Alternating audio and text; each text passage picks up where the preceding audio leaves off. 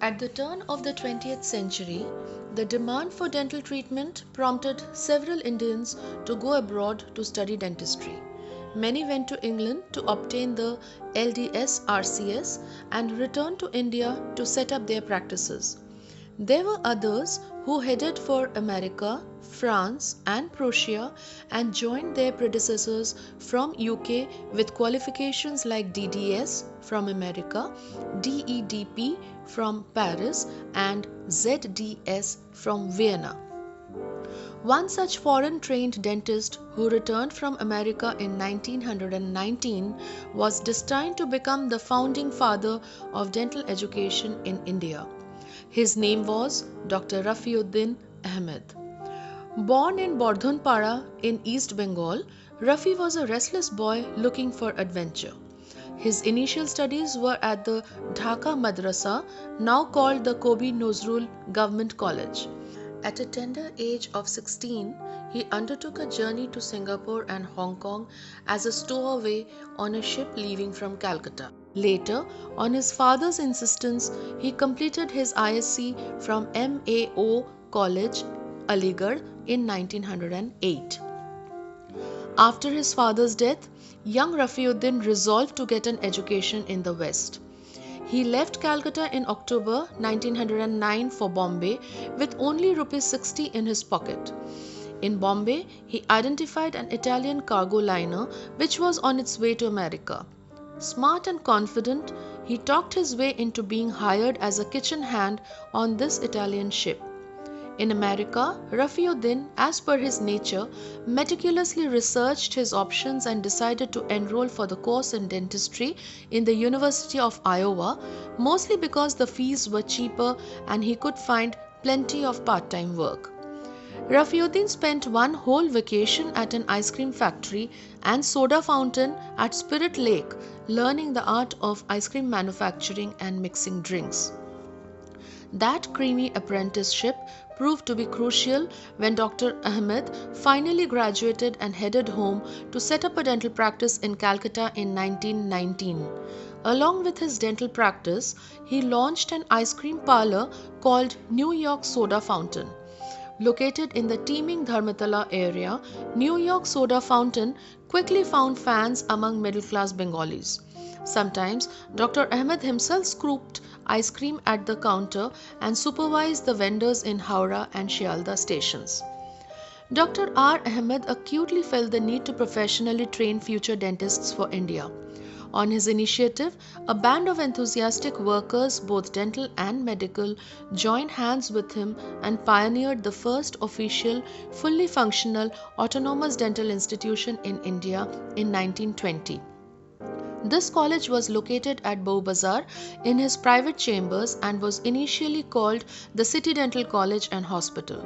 It was later renamed as the Calcutta Dental College in 1941. It was not only the first of its kind in India, but also the only institution from east of Suez to west of Tokyo. The funds to run the college came from ice cream profits earned from the New York Soda Fountain. From 1920 to 1923, the college was run on an experimental basis with 11 students. It is surprising to note that one of the earliest students was the sister of Muhammad Ali Jinnah, the founder of Pakistan.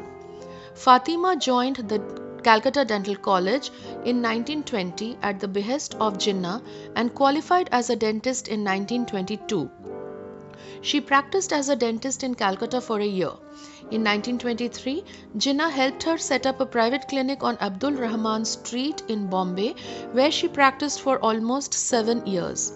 In 1929, when Rutan Bai Petit, Muhammad Jinnah's wife, died, Fatima gave up her career as a dentist at the age of 36 and moved into Jinnah's house to run it and look after Dina, his daughter. Dr. Ahmed was aware that the course for dental training had to be tailored to make it suitable both for the candidates and the general public who were not very conscious about dental health. He donated Rs 10,000 for the purchase of furniture and equipment that were necessary for any respectable dental institution to have. Fortunate to have full cooperation from a few equally dedicated teachers whom he roped in to assist him, Dr. Ahmed himself was responsible for teaching dentistry, both theoretical and clinical. Some of the medical subjects were taught by qualified doctors. The Calcutta Dental College was Dr. Ahmed's life and soul.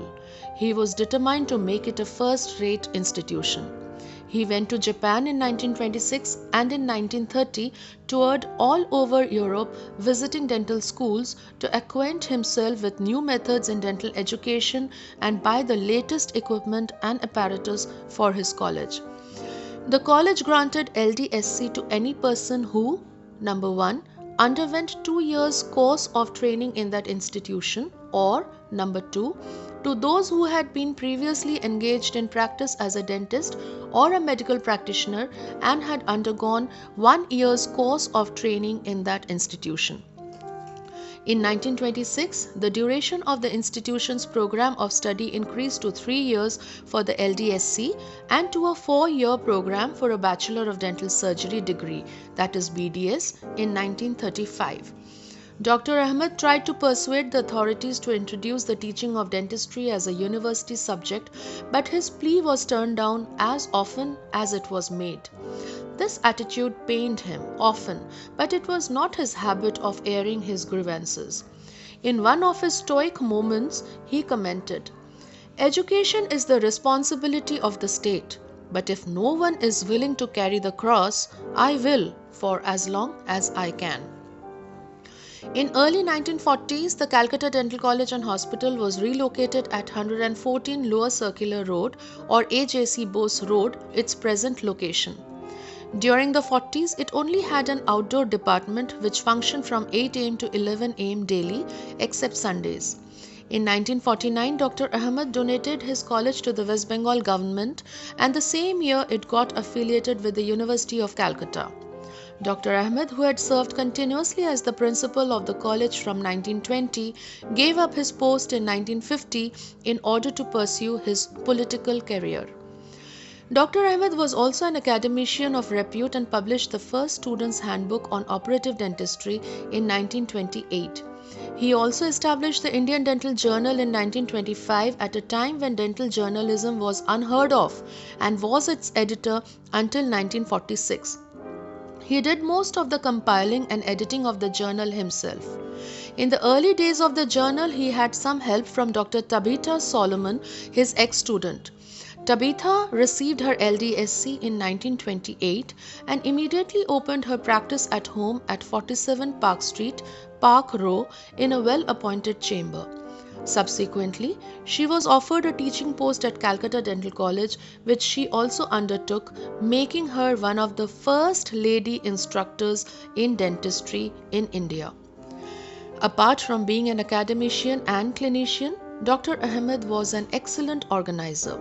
In 1925, Dr. Ahmed established the Bengal Dental Association, which became the forerunner for the Indian Dental Association established in 1947. He served 2 terms as president of the Indian Dental Association from 1946 to 1948. Dr. Ahmed enlightened the Legislative Assembly members in Bengal for the need to regulate dental education and helped to form first such regulation in India called the Bengal Dentist Act in 1939. This act became the model for the Indian Dentist Act recommended by the Bhore Committee, which was passed in Parliament on 29th March 1948. This was followed by the Constitution of the Dental Council of India on 12th April the next year. Dr. R. Ahmed was the first elected president of the Dental Council of India, serving from 1954 to 1958. During his lifetime, Dr. Ahmed received rare recognition from national and international organizations. He was awarded a fellowship in the International College of Dentists in 1947 and fellowships in the Royal College of Surgeons of England and the Pierre Fauchard Academy in 1949. In 1964, the Indian government awarded him the Padma Bhushan, a coveted honor never before presented to a dentist. In 1962, he was laid very low with a respiratory ailment and diabetes from which he never recovered completely. On January 18, 1965, at the age of 75, Dr. R. Ahmed breathed his last. The Calcutta Dental College was renamed as Dr. R. Ahmed Dental College and Hospital posthumously in his honor on 9th February 1965. His grave lies in Park Circus Cemetery, surrounded by shady trees, visited only by a devout few, but mostly neglected by the Indian dental fraternity for whom he lived and died. As for the ice cream parlor, the New York soda fountain fell into disrepute in the 1960s, long after Dr. Ahmed turned it over to new owners. It became a rendezvous site for prostitutes and traders, as well as a louche hangout for many artists such as Ganesh Pine and Shubha Prashanna Bhattacharya. It finally closed down in 1979. Today, the space is occupied by a mattress store. Its name, Foam Junction, still bears a trace of that bubbly ice cream soda.